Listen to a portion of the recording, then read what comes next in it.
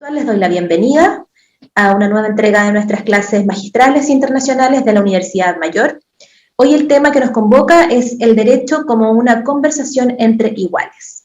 A cargo de la exposición está Roberto Gargarella, él es abogado y sociólogo de la Universidad de Buenos Aires y doctor en Derecho de la misma universidad y de la Universidad de Chicago. Actualmente es profesor de Teoría Constitucional y Filosofía Política en la Universidad Torcuato Di Tella y de Derecho Constitucional en la Universidad de Buenos Aires. Si tienen alguna pregunta para nuestro expositor durante esta charla, en la parte inferior de sus pantallas pueden hacerla y así al terminar la exposición, Roberto Gargarella va a responder todas sus consultas. Comenzamos entonces con esta clase magistral y le doy la palabra a Roberto Gargarella. Bueno, muchísimas gracias por la invitación. Estoy muy honrado de poder hablar con ustedes. El tema que he escogido tiene que ver con un libro que todavía no apareció, que está por aparecer, que se llama, como el título de esta charla, El derecho como una conversación entre iguales, pero que tiene que ver con una serie de trabajos que he venido haciendo en los últimos años y con un modo de pensar el constitucionalismo y la democracia que me acompañan hace décadas. En todo caso, veo este trabajo como, digamos así, un punto culminante, digamos, un modo de reunir los distintos hilos que he ido tratando de desplegar en todo este tiempo. Primero, como aclaración, la idea del derecho como conversación entre iguales no es una descripción del derecho tal como existe en América Latina, como existe en Chile o en Argentina, sino que es un ideal regulativo. ¿Qué quiere decir un ideal regulativo? Es un punto desde donde evaluar, desde donde pensar críticamente lo que tenemos, lo que no tenemos, lo que nos falta. Entonces no es una descripción de la realidad, sino es un modo de pensar críticamente sobre esa realidad, y es eso, es un punto de mira desde donde acercarse a esa realidad. ¿Qué rasgos tiene ese punto de mira? ¿Por qué su importancia? ¿Qué sentido tiene? Bueno, digamos, la idea es que yo entiendo que desde el comienzo, y podría decir desde el comienzo de la época moderna y cuando empezamos a pensar en el constitucionalismo en las Américas, y en el siglo XIX, pero antes también en Estados Unidos en el fines del siglo XVIII, Francia fines del siglo XVIII, con la revolución, en ambos casos, la revolución independentista en Estados Unidos, la revolución francesa. Pero desde entonces acá, digamos, el constitucionalismo moderno, yo creo que tiene como un componente básico que es un compromiso con la igualdad, la idea de que las personas somos iguales, otra vez no descriptivamente, en el sentido de que somos distintos, pero iguales en cuanto que tenemos la misma dignidad humana y merecemos ser tratados como iguales. Entonces, en cuanto a cómo debemos ser tratados. Y el constitucionalismo se apoya en esa idea, en la idea de que, digamos, los distintos miembros de la sociedad tienen que pactar como iguales, que es lo que quieren establecer como reglas de juego comunes. En ese sentido hay un compromiso igualitario del constitucionalismo desde el minuto uno. Y eso, yo diría, se manifiesta en las dos partes centrales que tiene cualquier constitución. Cualquier constitución, la que va a tener ahora Chile, la que tenía, la que domina en Argentina, en Estados Unidos, en cualquier país, tiene dos partes, una parte relacionada con la organización del poder y una parte relacionada con las declaraciones de derechos. Una parte, si se quiere, tiene que ver la parte de la organización del poder con lo que podríamos llamar la maquinaria democrática, cómo se pone en marcha, cuáles van a ser los rasgos de esa maquinaria democrática, cuántas ramas del poder va a haber, cómo va a ser la relación entre ellas, cómo va a poder la gente acceder a esa organización del poder, etcétera, etcétera. Por otro lado, digamos, las declaraciones de derechos hablan de lo que podríamos decir de las libertades básicas, lo que uno podría llamar la autonomía individual. Entonces hay ese doble compromiso al que aspira cualquier constitución, con el que se, digamos, vincula cualquier constitución. Una es el compromiso con el autogobierno colectivo, con la cuestión democrática, y otro es el compromiso con la idea de la libertad individual, con la idea de los derechos individuales. Esos son dos compromisos que están en cualquier organización democrática, en cualquier organización constitucional. Y ahí yo creo que ya está definido el ideal regulativo que nos va a permitir pensar, evaluar, digamos, los arreglos institucionales que tenemos acerca de cuánto nos favorecen a la vida democrática, cuánto nos acercan, cuánto nos ayudan a establecer reglas de juego democráticas y cuánto nos ayudan a establecer protecciones de derechos. Digamos, otra aclaración ahí. Por supuesto que, digamos, si tenemos fallas en términos democráticos, si tenemos fallas en términos de violaciones de derechos, eso se debe a muchos temas. Aquí a mí me va a interesar pensar en las fallas que puede tener, digamos, en la organización constitucional para esos dos compromisos. Pero insisto, obviamente, digamos, si hay desigualdad económica como la que hay en nuestros países, si hay desigualdad social como la que hay en nuestros países, si hay violencia como la que hay en nuestros países, bueno, por supuesto eso redunda en problemas tanto en la vida democrática como en el respeto de los derechos. Pero insisto, a mí me interesa concentrarme en algo más específico, a lo que no hay que desechar, que es qué responsabilidad puede tener la Constitución en todo eso. Y al respecto quisiera decir algunas cosas. Yo creo que, digamos así, desde los inicios, y claramente me animaría a decir, por lo que he estudiado, desde los inicios en las Américas, pienso desde Estados Unidos a México, Chile, Colombia, Argentina, Bolivia, Venezuela, etcétera, etcétera, nuestros ordenamientos constitucionales han sido, digamos así, escritos con muchos aspectos atractivos y con, yo diría también, grandes fallas. Los aspectos atractivos pueden tener que ver con, bueno, digamos, los compromisos especiales que supimos establecer en América Latina con cuestiones sociales, digamos, muchas veces se critican nuestras constituciones por, y yo también lo haría, digamos, por la sobrecarga de derechos que tienen, pero yo creo que, digamos, América Latina dio un paso adelante en el constitucionalismo comparado cuando empezó a incorporar derechos sociales en las constituciones. Tal vez, insisto, digamos, fuimos más allá de lo necesario, pero creo que, digamos, una muestra de ese tipo de afirmaciones, digamos, por derechos sociales, el constitucionalismo chileno todavía es, en ese sentido, muy austero, muy espartano, pero yo creo que va claramente a adoptar más derechos sociales en la Constitución. Esto yo creo que forma parte de aquello de lo cual podemos enorgullecernos en América Latina. Está bien más allá de los problemas que podamos encontrar. ¿Y por qué está bien? Bueno, está bien, digamos, podemos pensar en eso más adelante, pero para anticipar algún comentario, creo que en comunidades jurídicamente textualistas, formalistas, como las nuestras, es importante, digamos, que la Constitución no ofrezca una excusa a los jueces y a los legisladores de por qué no defender ciertos derechos sociales. Dejar eso en claro me parece que está bien. Entonces, me parece que eso forma parte del haber, de lo que tenemos en el constitucionalismo, y que, mal que mal, digamos, se ha hecho de un modo efectivo en la región, en el sentido de es valioso que las constituciones en general dejen en claro esos compromisos. Lo mismo con los derechos humanos, digamos, sobre todo a partir de la década de los 80, 70, 80, digamos, el siglo XX, cuando hubo masivas violaciones de derechos en nuestros países, en Chile, en Argentina, en Brasil, etc. Bueno, luego de eso, otra vez, Chile sigue siendo más remiso en la materia, pero va en el camino, yo creo que apropiado en ese sentido. Digamos, las constituciones latinoamericanas mostraron más fuertes compromisos, dejaron más en claro los compromisos que tienen con ciertos derechos humanos básicos, y eso también me parece que forma parte del haber. Quiero decir, hay muchas cosas que se han hecho, que están bien, que forman ya parte de la historia fuerte y en un punto consolidada del constitucionalismo latinoamericano. Aquí me quiero concentrar en lo que me parece que está mal, lo que se ha hecho mal, lo que se ha escrito mal. Por eso simplemente quería anticiparme y decir, esto no implica una mirada completamente negativa sobre el constitucionalismo latinoamericano. Insisto, creo que hay muchas cosas que están bien. Pero permítame entonces concentrarme en lo que yo creo que se ha hecho mal.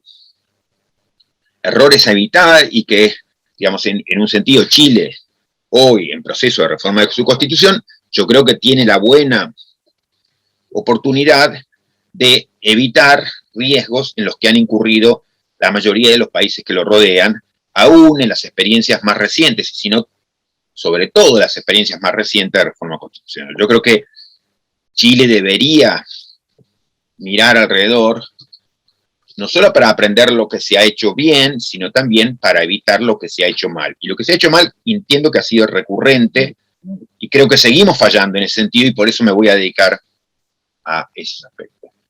Lo que yo creo que se ha hecho mal tiene que ver sobre todo con dos impulsos, a mi modo de ver, equivocados. Esos impulsos tienen que ver lo que yo llamaría con una equivocada sociología política que ha ido moviendo al constitucionalismo regional y una equivocada filosofía política o una implausible filosofía política que también ha distinguido al constitucionalismo americano. Insisto, hablo de americano de un modo que incluye a los distintos países de Latinoamérica y también a Estados Unidos. Pero digo primero, ¿qué en términos de sociología política? ¿Cuál es la falla? Yo creo que desde un comienzo fallamos por insistir con una lectura de la sociedad que yo creo que ni siquiera era apropiada en su época.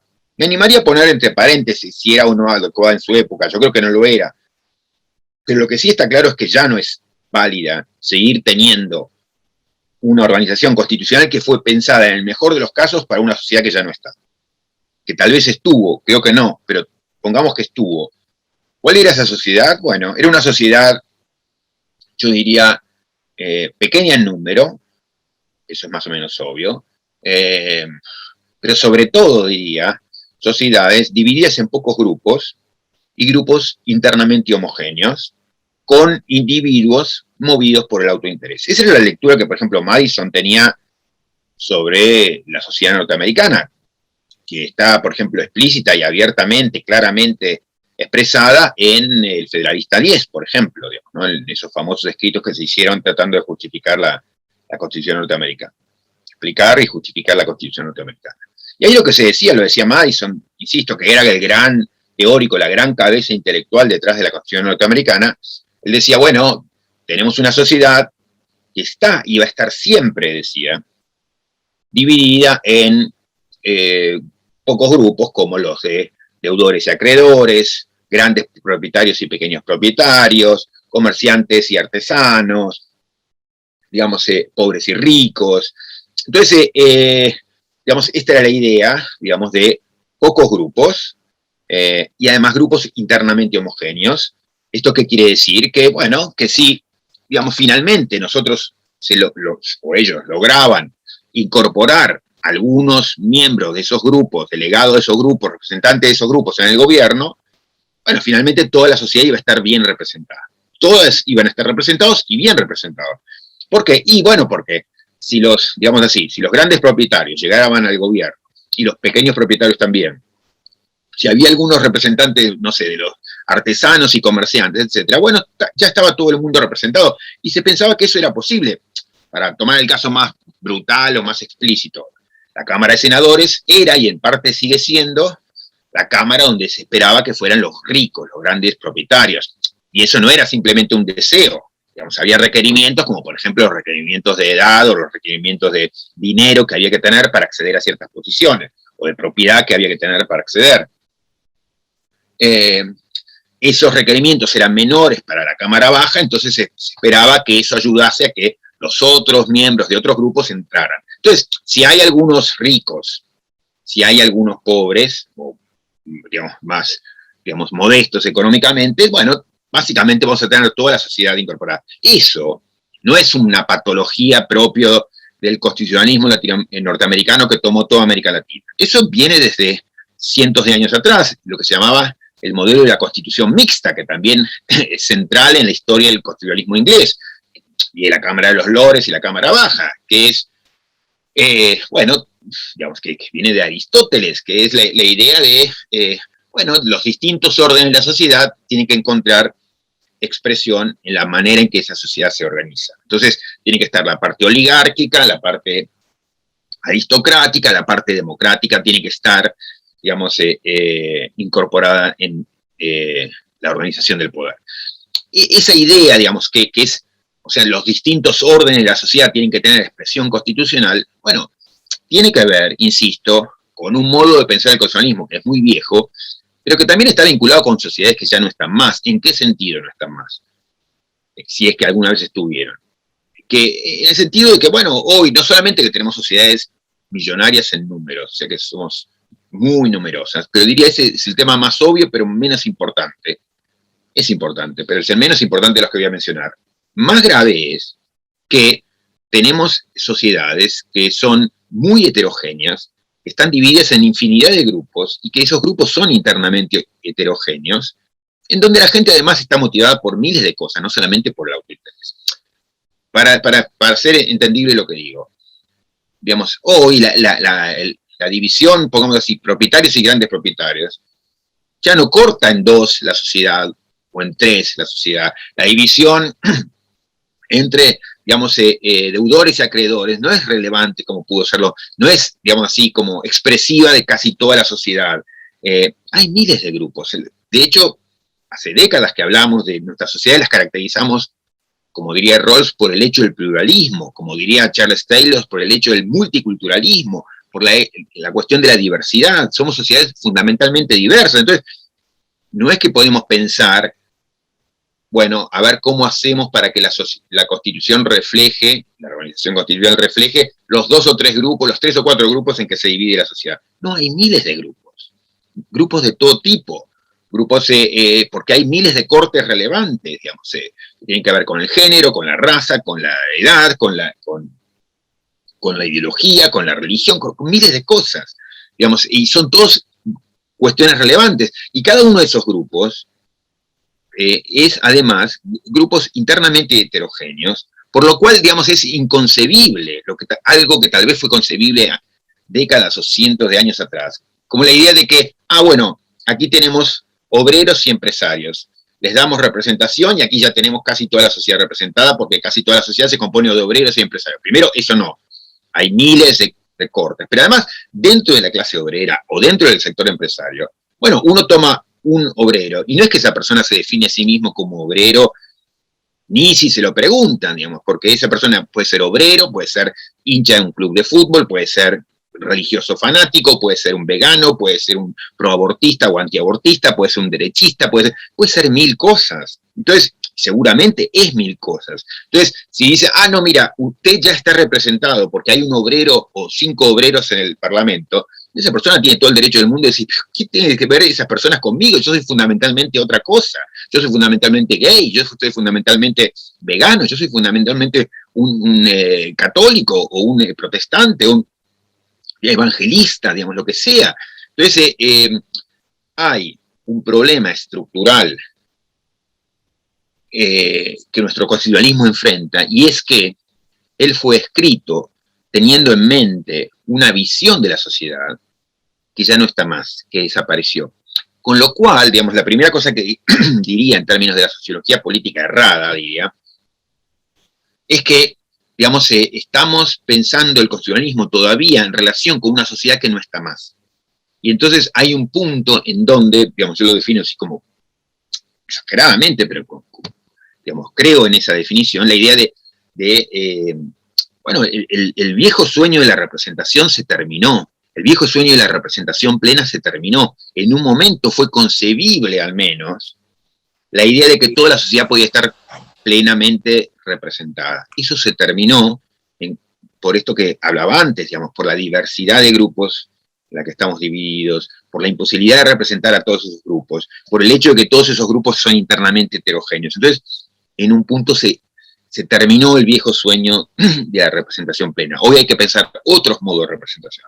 Entonces, para terminar con este primer problema, o al menos la introducción a este primer problema, no hay duda de que nuestra clase de representación, o sea, que hay en todo el mundo, lo vemos, digamos, enormes problemas en cuanto a la representación política y en la desconfianza que muestra la ciudadanía a sus representantes. Eso es un hecho común en Grecia, en España, en donde sea, digamos, tenemos ese tipo de problemas. En Estados Unidos, en Brasil, en Colombia, digamos, todo el mundo en la calle.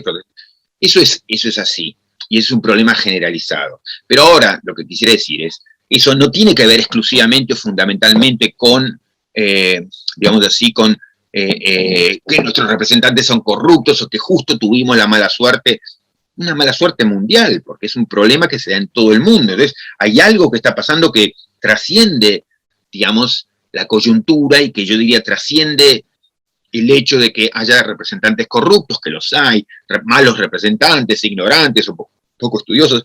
Esos problemas están hace décadas. Entonces, hay algo que es más, eso es lo que, donde quiero ir, hay algo que es más estructural, a lo que llamo esta incapacidad estructural de representación, la imposibilidad de pensar en una representación plena, que es un problema que tenemos, que va más allá de los representantes corruptos, que los hay, y que nos invita a pensar en una cuestión estructural en la que no estamos pensando. Esa es la primera cosa en la que quería pensar.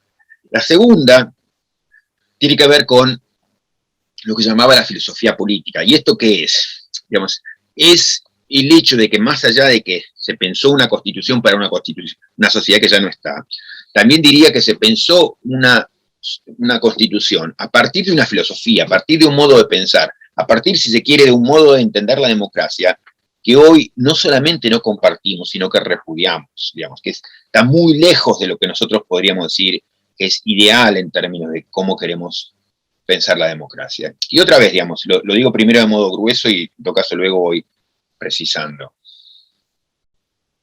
Si uno toma, para empezar por un lugar fácil, digamos, aquí están, digamos, las actas de la Convención Constituyente norteamericana, digamos, están ahí en los viejos 4 tomos de Max Farrand, que fueron los que transcribió, digamos, son las notas de Madison en la convención.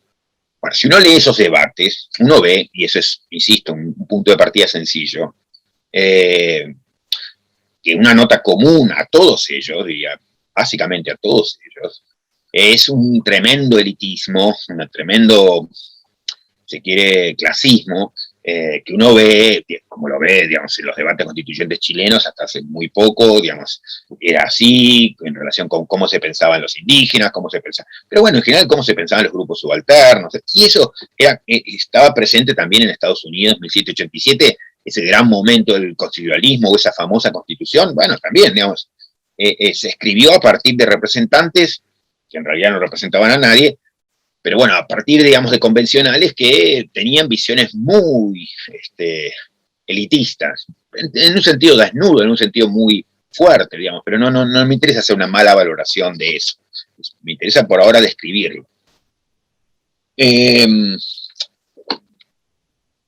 Bueno, si uno ve esos debates, como insisto, se daban en América Latina poco después, en el siglo XIX, en Chile, en Argentina, en México, etc., ve algo similar o peor en Perú, en Colombia, bueno, o sea, cosas tremendas, digamos. Ahora uno podría decir, o sea, esos discursos racistas, clasistas, exagerados, ¿no? Como hasta el extremo. Bueno, no me importa, uno podría decir, ya pasó, digamos, no nos vamos a enojar con lo que ya pasó, digamos, pasó demasiada agua bajo el puente, ya estamos en otro momento, ya quedémonos tranquilos con eso, no nos hagamos tanto problema por lo que ya pasó. El problema es que esos no eran solamente discursos, sino que fueron discursos que, como escribo, digamos, se incrustaron en instituciones, quedaron incrustados en instituciones, o sea, eso no es simplemente, bueno, la retórica de la época era horrible, pero dejaron un sistema institucional que está más o menos bien. No, es un sistema institucional que yo diría que de vergüenza, no creo que da vergüenza, creo que hay muchas cosas, insisto, que como empecé, que están bien, de las que uno se puede ir enorgulleciendo todavía, hubo cambios recientes que fueron un poquito mejores, a veces no. Pero lo que diría es que el entramado se basa en una filosofía política indeseable, inatractiva y muy implausible, muy en sentido, digamos, fuerte, repudiable.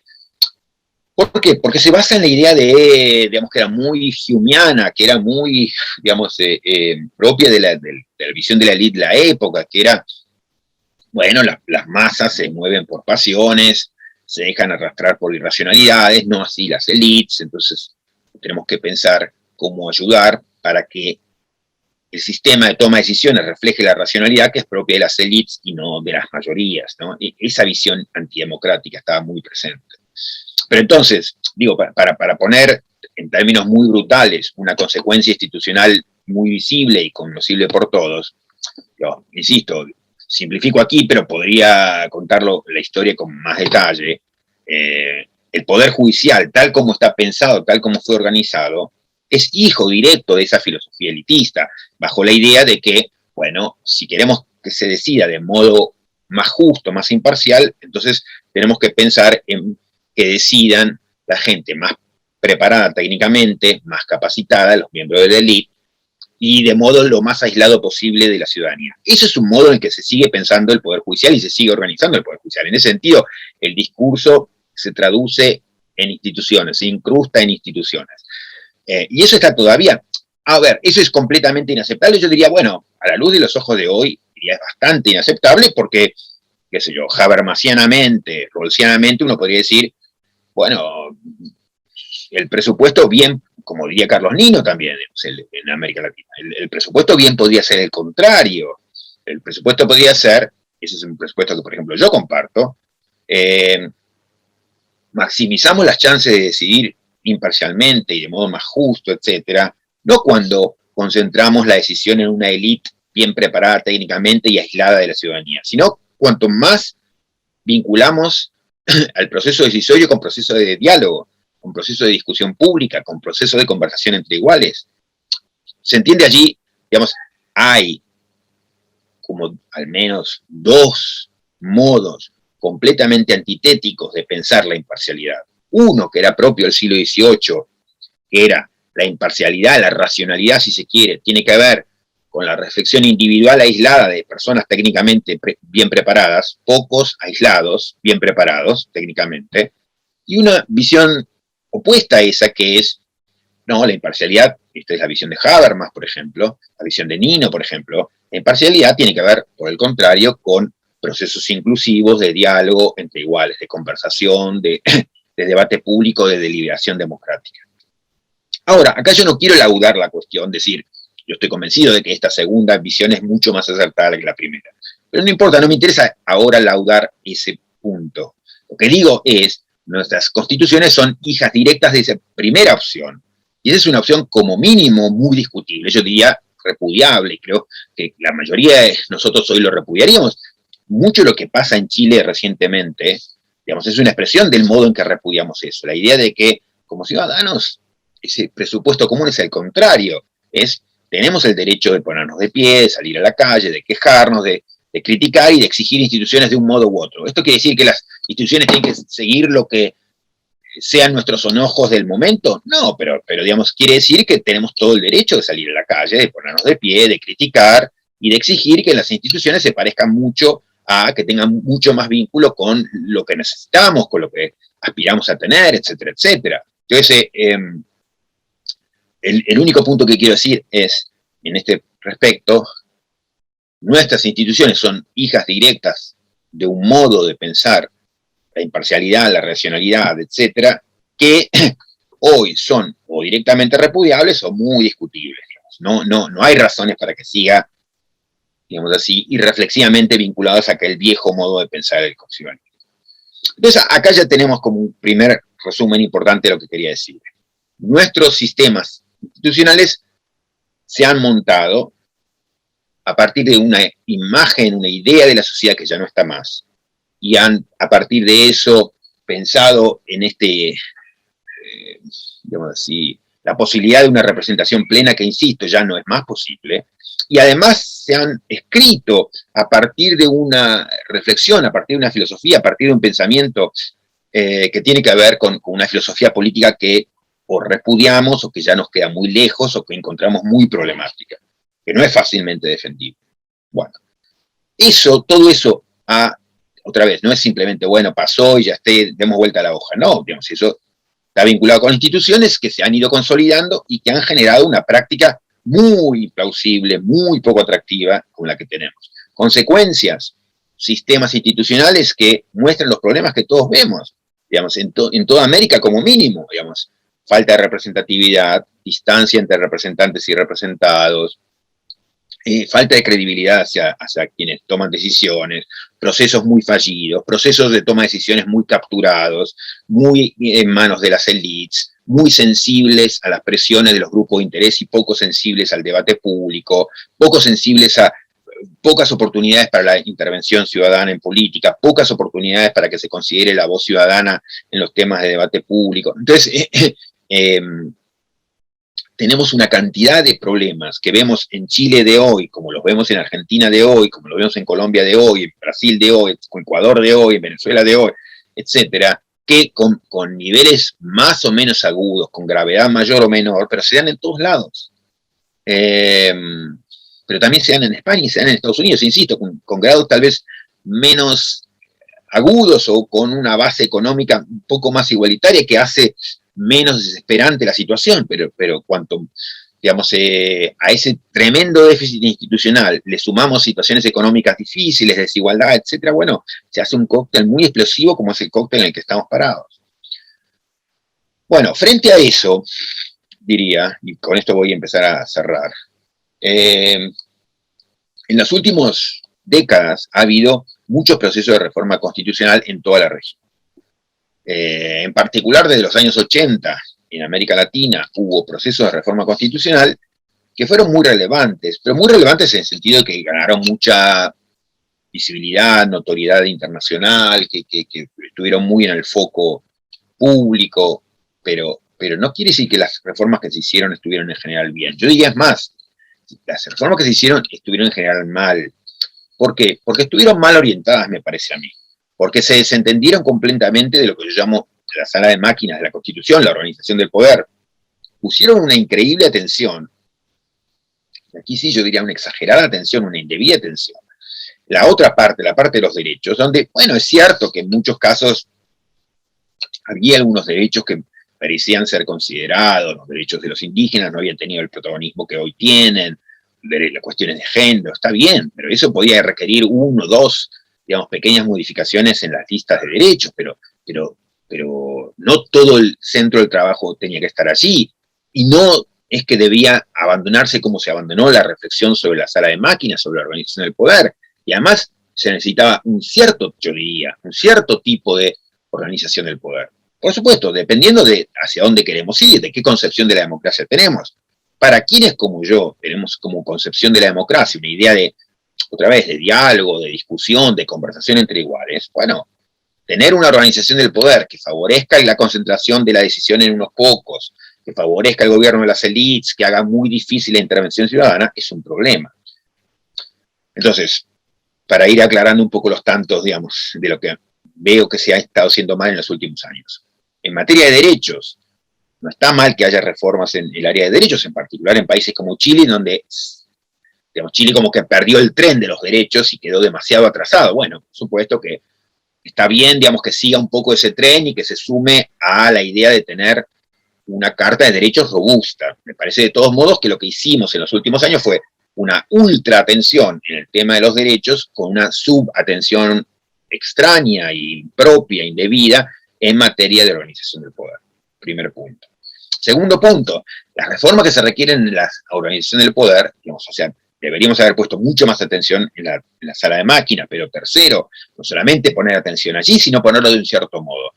¿De qué modo? Si es que nos interesa, esta es mi respuesta, si es que nos interesa una visión democrática más amplia, una visión de la democracia como conversación entre iguales, y bueno, por supuesto que un sistema que ponga todo el poder en el poder ejecutivo es lo peor imaginable. La concentración del poder que tenemos es lo último que queremos, es lo que hay que romper, hay que descabezar ese hiperpresidencialismo. ¿La alternativa es el parlamentarismo? No, lamentablemente, digamos, las discusiones que venimos arrastrando hace décadas al respecto son muy malas y nos han encerrado en esta dicotomía o parlamentarismo o presidencialismo. No, digamos, hay vida más allá de presidencialismo o parlamentarismo. Yo creo que hoy, como están pensadas las cosas, no es una buena alternativa el parlamentarismo, porque, digamos, otra vez es otra modalidad del gobierno de las élites, otra modalidad del viejo sistema elitista. Entonces, lo peor imaginable es el presidencialismo que tenemos, ese es hiperpresidencialismo del que hablaba Carlos Nino.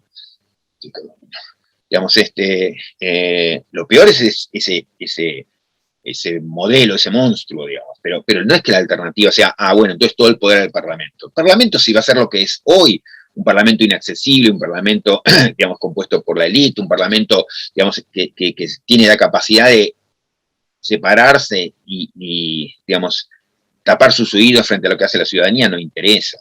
y la cuestión no es que estén bien dispuestos, la cuestión es que haya instrumentos institucionales que nos ayuden a hacernos escuchar, a ganar espacio con nuestra voz. Una última vuelta de tuerca, digamos, querer más participación, más diálogo, eso no quiere decir, bueno, vamos hacia la democracia directa. Democracia directa, tal como lo hemos entendido hasta hoy en América Latina, es parte del problema. ¿Por qué? Es parte del problema porque se lo ha entendido no como debate público, sino como decir sí o no a una gran pregunta planteada por otro. Y eso no está bien, entre otras cosas porque los grandes problemas, desde aborto a constitución, a eutanasia, lo que sea, a consumo de estupefacientes, al programa económico, los grandes problemas no requieren una respuesta de sí o no. Entonces, si a mí me dicen, bueno, le vamos a hacer caso y vamos a hacer una constitución más participativa y entonces todo lleno de plebiscitos. Miren, eso no me interesa en absoluto. Los que defendemos la conversación entre iguales, queremos otra cosa. Entonces, una constitución buena o mala no puede responderse con sí o no. Es lo que va a pasar en Chile, digamos, y eso es un problema también. ¿No? Digamos, eso como forma de participación popular es poco y es muy malo, además.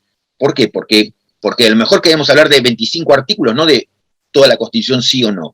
Porque queremos decir sí a este artículo, no a este otro, este más o menos, pero incorpora este otro, y este sácamelo, y este póngalo así. Y no podemos decir nada sino sí o no. Con lo cual quedamos en lo que yo a veces llamo como extorsión democrática, que es, bajo la excusa de la democracia, nos obligan a decir que sí a un todo, para poder aprobar algo que queremos, pero entonces tenemos que, finalmente, esa es la extorsión democrática, comprometernos con cantidad de cosas que repudiamos para hacer posibles algunas cosas que defendemos. Y eso es inaceptable. Digamos. Entonces, y eso pasa con aborto, como pasa con constitución, como pasa con programa económico. Entonces, si usted me dice, sí, aborto sí o no, bueno, que decía la ciudadanía, sí o no, es una mala pregunta, porque el aborto no es sí o no, hay mil cosas.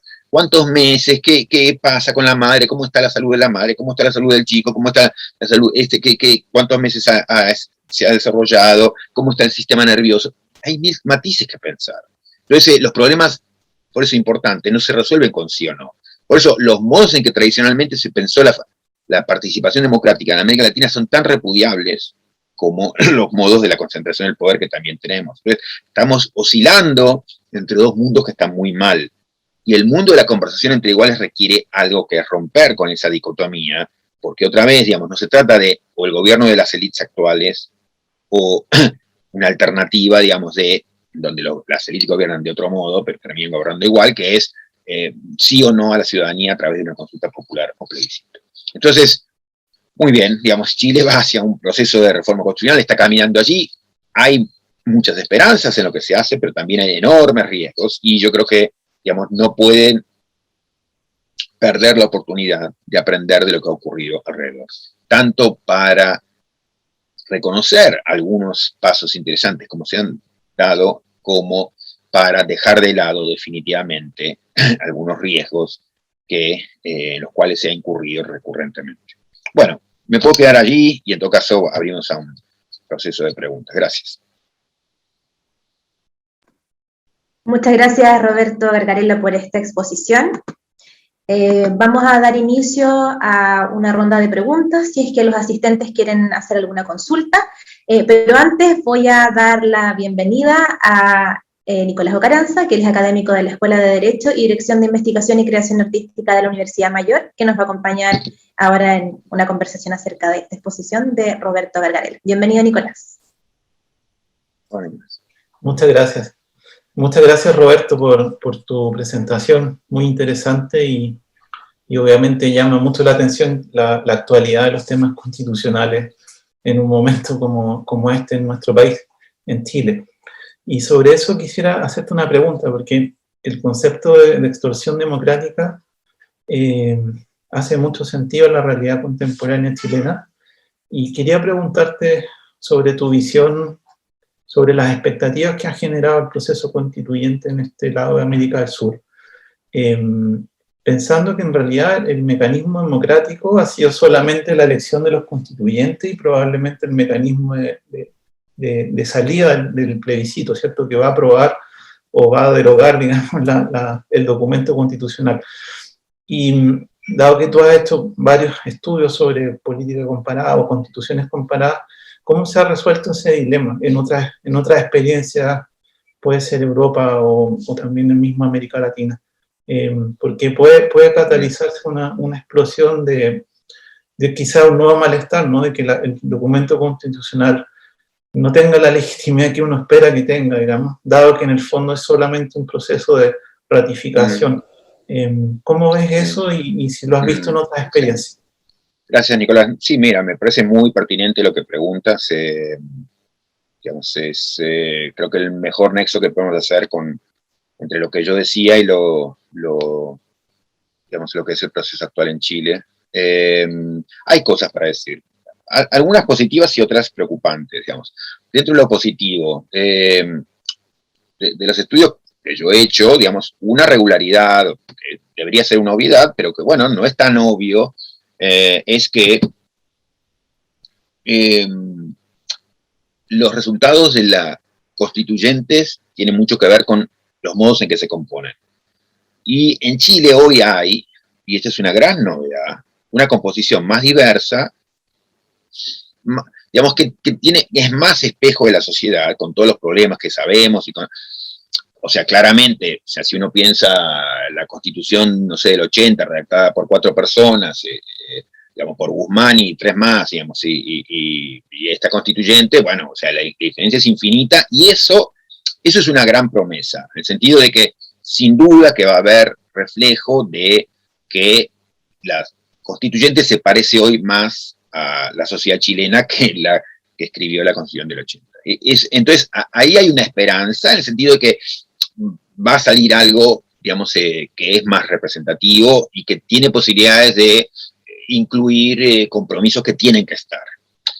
Mi preocupación es que, digamos, como Chile perdió varios trenes en América Latina, digamos, bueno, lo mejor que puede hacer, que no está tan mal, pero yo creo que es demasiado poco, es subirse al tren de lo viejo malo, ¿no? Entonces, digamos, el llamado nuevo constitucionalismo latinoamericano para mí siempre fue un viejo constitucionalismo, porque fue el viejo modelo de siempre, ¿no? De muchos derechos y con poder concentrado. Un espanto en muchos sentidos, porque también eso afectaba la suerte de los derechos. Y eso se ha repetido una y otra vez equivocadamente, y yo creo que Chile corre el riesgo de subirse a ese tren, porque dice, bueno, no me puedo quedar yo afuera, soy el único realmente que se ha quedado afuera, pero bueno, es subirse a un tren que es, insisto, malo, digamos, ¿no? Entonces eso es el riesgo que yo veo. Entonces va a ser una organización de poder más o menos parecida como la que hoy hay, a lo mejor algunos retoques en la cuestión del poder judicial, algunos compromisos en tema de género que están bien, o sea, en cuanto a representación un poquito más paritaria, que está bien, pero luego la historia de siempre, más derechos y ya. El viejo sistema otra vez operando y, bueno, por supuesto, digamos, está muy claro que no es que de la galera del mago, digamos, desigualitario va a salir un conejo igualitario. Eso está claro, digamos. Hay un problema general y bueno, ya no se pueden hacer milagros, para decirlo de otro modo. Bueno, pero digamos, preguntando en experiencias comparadas, yo creo que en América Latina hubo algunos intentos interesantes que salieron mal, por ejemplo, el proceso constituyente más reciente de Bolivia empezó muy bien en términos de amplitud y con algunos componentes muy necesarios, que se reflejaron en la Constitución, que tienen que ver con un componente, si quiere, indígena, una sociedad que tiene una enorme mayoría indígena y que eso no estaba reflejado en las instituciones, por supuesto que ese problema debía resolverse. Ahora, en cuanto al proceso constituyente, digamos, también es cierto que empezó, como otros, con una enorme promesa inicial y terminó encerrado en un cuartel el proceso boliviano. Digamos, un proceso muy problemático donde se terminaron haciendo las cosas muy mal. En Europa yo creo que hubo recientemente algunas experiencias interesantes. Uno es el caso exótico que apenas lo menciono porque es tan, digamos así, como outlier, como en un punto marginal que enseguida todo el mundo lo quiere descartar. Yo no lo descartaría tan rápido, pero el proceso islandés fue interesante en cuanto a que cómo trató de mantener vínculos entre sociedad y constituyentes durante todo el proceso. Un proceso mucho más interesante del que yo pondría atención es Irlanda. Y allí, digamos, y ahí hay videos, y hay escritos, y hay papers, que es modos de reforma constitucional en donde, digamos, se mantuvieron puentes tendidos todo el tiempo entre los constituyentes y la ciudadanía, buscando información, buscando críticas, buscando recibir inputs, etc. Entonces, hay cosas para hacer. Y, insisto, casos como el de Irlanda muestran que vino después del de Islandia, que trató de aprender de ahí, son interesantes, porque muestran que algo se puede hacer. Y ahora, no es simplemente de, sí, porque tenemos que ser los ultra participativos, no, porque como tú sugerías bien, Nicolás, si ciertas cosas no se hacen, el riesgo es que el proceso pierda legitimidad, que le vayan soltando la mano, primero la derecha y después la izquierda. Entonces, es importante, y yo creo que hay gente interesante, muchos de los constituyentes los conozco, digamos, son gente cercana, amiga, y yo tengo esperanzas en ellos. Y creo que hay cosas para hacer y que no está la oportunidad perdida, pero que hay un enorme riesgo. Uno de los riesgos es el de la burocratización o el del encierro, y eso sí afectaría, como tú sugieres bien, digamos, la legitimidad del proceso. Entre otras cosas porque parte de la sociedad chilena, y sobre todo el viejo poder, está muy preparado por boicotearlo y para tirarlo abajo. Entonces, no hay que darle esa oportunidad ganada, digamos, y hay que mantener un proceso, yo diría, profundo y ordenado y vinculado con la sociedad, ¿no? Y eso es posible. O sea, por lo menos hay muchas cosas más que se pueden hacer para evitar ese riesgo, ¿no? Muchas gracias, Roberto. Muchas gracias, Roberto, por responder esa consulta de nuestro académico Nicolás Ocaranza. Para continuar, hay una pregunta del público. Joaquín Salvo dice, ¿cuál y cómo podría ser una propuesta adecuada para el gobierno de un Estado, como usted llama, sala de máquinas? ¿Cuál sería una correcta configuración? Dice ahí Joaquín, espera poder darse a entender ahí para esa pregunta. Mira, digamos, primera cosa que diría es que no se trata de todo o nada. O sea, que no es que, digamos, ya hay que desarrollar una maquinaria extraordinaria y si no se la monta todo, está todo mal. No, yo creo que digamos, hay que tomar conciencia de algunas cosas. Primero, que el viejo sistema funciona pésimo. Que el viejo sistema representativo está muerto en un sentido, digamos, no metafórico, digamos, que hay un problema muy, muy grave y que no se va a recuperar. No hay ley de partidos políticos que levante ese muerto. Entonces, dado ese problema enorme, entonces la cuestión es cómo empezar a buscar la vida que hay por afuera del Parlamento y que los parlamentos, los viejos congresos, parlamentos, no están capacitados para captar. Y ahí es donde tenemos que poner el foco. Y ahí hay muchas cosas para hacer. Entonces, hay algunas cosas más modestas y hay algunas cosas más ambiciosas. Más modestas. Bueno, las más modestas, hay que no son ajenas a nuestra historia latinoamericana, tampoco la de Chile. Bueno, audiencias en los tribunales y audiencias públicas en los congresos, digamos, buscando escuchar voces que si no de otro modo no sienten. Pero además con modos para que esas voces que se escuchan sean procesadas de un modo que no sea simplemente decir, ya, escuché unas voces y ahora decido como se me ocurre o como decía siempre, porque si no es el mismo problema de siempre agravado. Y eso es un enorme riesgo. Pero entonces, insisto, ha habido en América Latina experiencias de audiencias públicas, tanto en el Congreso como en los tribunales, que son interesantes. Podemos pensar en ellas. Cosas más ambiciosas. Bueno, Chile, cuando Bachelet, al final de su mandato, quiso iniciar estos procesos de discusión constitucional, bueno, digamos, de un modo completamente ajeno a lo que era la historia reciente chilena y que parecía impropio, y que parecía que todo iba a salir mal, bueno, se abrió un proceso que a mí lo que me interesa es eso, como que estuvo bien direccionado en el sentido de reconocer que no forma parte de la utopía, de lo imposible, de lo loco, de lo insólito, abrir alguna discusión pública en donde, digamos, se lo apoye con alguna formalidad, por ejemplo, digamos, estas de asambleas o clubes barriales, o, digamos, en donde se ayude a fomentar discusión pública sobre algún tema que nos importa mucho. Argentina, un país institucionalmente destruido, y en donde, bueno, digamos, también hubo algunas experiencias, pienso en los debates del aborto en 2018, con independencia de cómo salieron, bien, mal, en el sentido de si se tomó la decisión que me gusta a mí o no importa eso. Pero fueron procesos que surgieron muy de abajo y que luego institucionalmente se los trató de apoyar. Pero eso dio un ejemplo también, que en América Latina, en este caso en el país vecino, digamos, se pueden tomar algunas discusiones públicas relevantes y darle mayor formalidad institucional. Con lo que quiero decir, fíjense, di aquí 3 o 4 ejemplos. En Bogotá ha habido experiencias de asambleas ciudadanas también interesantes.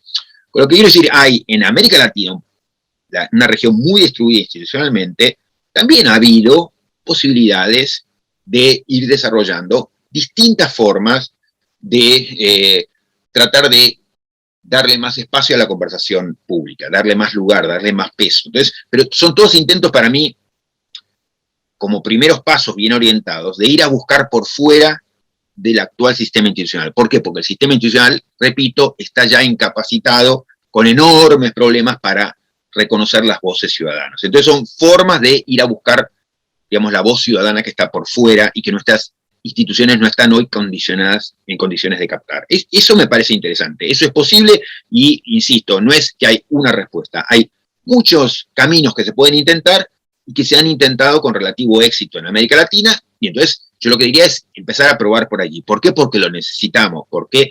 Porque si no, es siempre el mismo gobierno de las élites. ¿Y por qué van a ser también gobiernos que al segundo día ya han perdido legitimidad? ¿Por qué? Y porque los puentes con la ciudadanía hoy están cortados. Entonces, si uno no hace algo institucionalmente para volver a tender un puente, lo que va a haber es otra vez el gobierno de las élites y otra vez el desprestigio.